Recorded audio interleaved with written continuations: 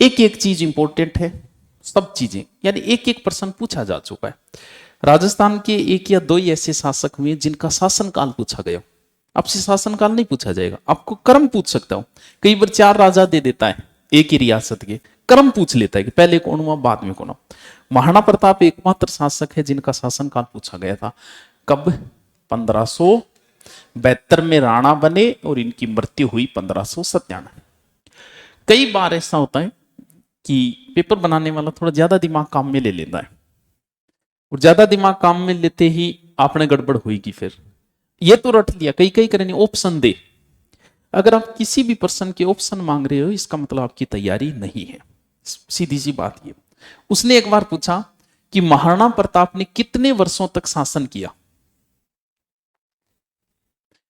अब गड़बड़ होगी कहीं आगे, क्यों? क्योंकि ये दोनों तारीख याद होनी चाहिए आपकी।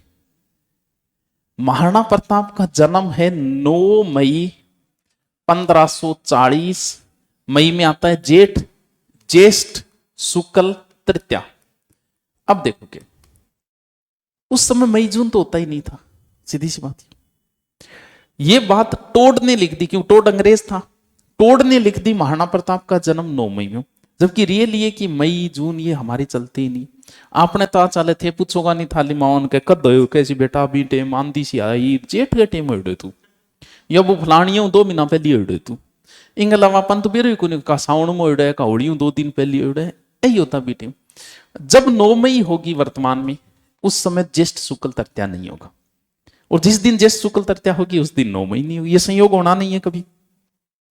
तो बाकी सब जो अंग्रेज है वो तो बधाई दे देंगे 9 मई को, जबकि मेवाड़ में महाराणा प्रताप की जो जयंती समारोह मनाया जाता है वो कब मनाया जाता है? क्यों? क्योंकि उस समय यही चीजें चलती थी, ज्येष्ठ शुक्ल तृतीया।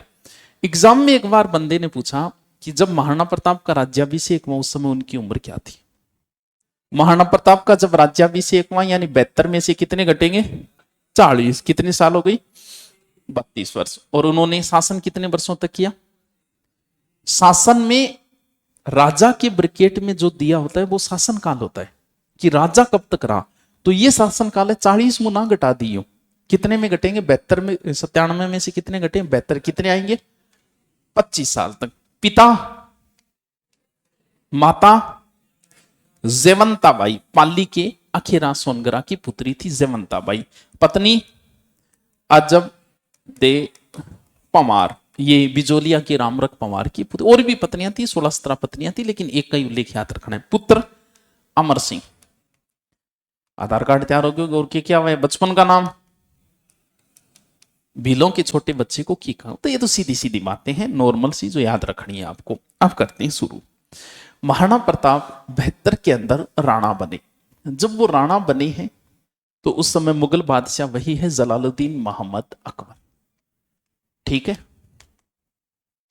अकबर के साथ इनकी जो दुश्मनी है वो महाराणा प्रताप ने ली है या पहले से ही चली आ रही है? इस दुश्मनी, ये महाराणा प्रताप ने नई दुश्मनी नहीं ली है, सीधी सी बात ये दुश्मनी इनके पूर्वजों से चली आ रही है। कब से? सांग के टेम उचाल रही है भी। मुगलों के साथ दुश्मनी कब से है? जब बाबर आया तब से। तो मेवाड़ वालों की दुश्मनी पहले से चल रही है। महाराणा ने कोई नई दुश्मनी अकबर से नहीं ली है। अब जो ये दुश्मनी है खानदानी दुश्मनी है, खानदानी रईस बनी भी खानदानी दुश्मनी है। ये दुश्मनी खानदानी है। अब डिपेंड ये करता है कि इस खानदानी दुश्मनी को आपको कंटिन्यू रखना है या संधि करनी है, सीधे से एक। अब अगर संधि करे, दो रास्ते हैं महाराणा के सामने। या तो संधि कर लो, मौज है, नो टेंशन, सुत्यारो, कोई काम नहीं। दूसरा रास्ता है जिसमें आप विद्रोह करो, हो सकता है आप मारे जाओ, हो सकता है आपका पूरा मेवाड़ उसके अधीन चला जाए, हो सकता है दर दर की आपको ठोकें खानी पड़े, सब काम करने पड़ेंगे। किसमें? दुश्मनी में। लेकिन अगर हमने संधि की तो हमारे नाम के आगे एक शब्द लगा है महाराणा, उसका कोई औचित्य नहीं है और इतिहास में वो स्थान नहीं मिलेगा जो हमें वर्तमान में है। तो रास्ता तो दूसरा ही चयन करना है। कौन सा? दुश्मनी का।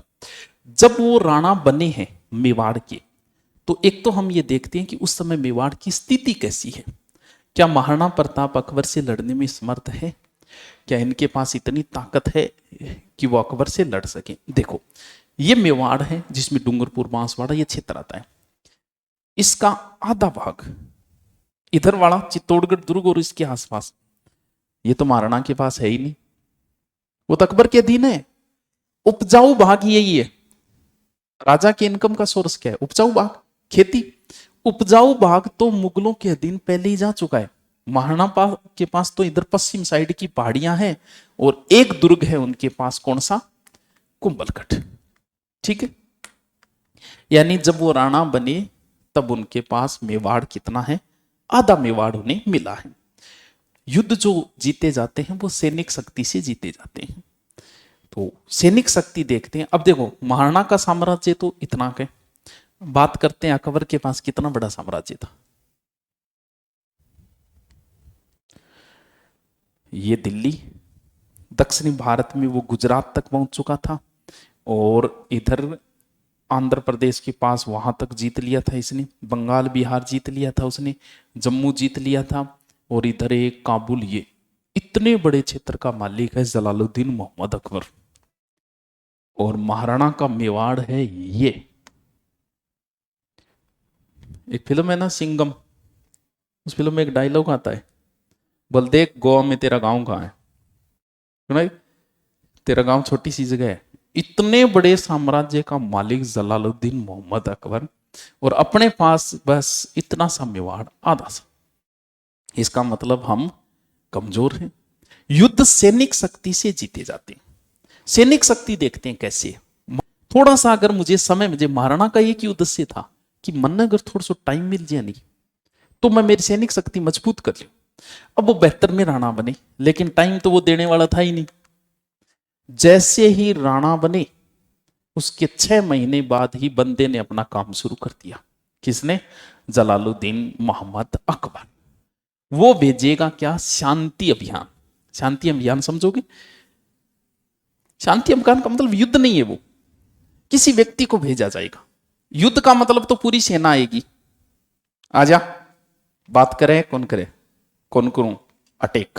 शांति अभियान मतलब 5-10 जना जागा, 2 जना जागा, बातचीत करके आओगा, कभी तेरे के फायदा है, संधि करने।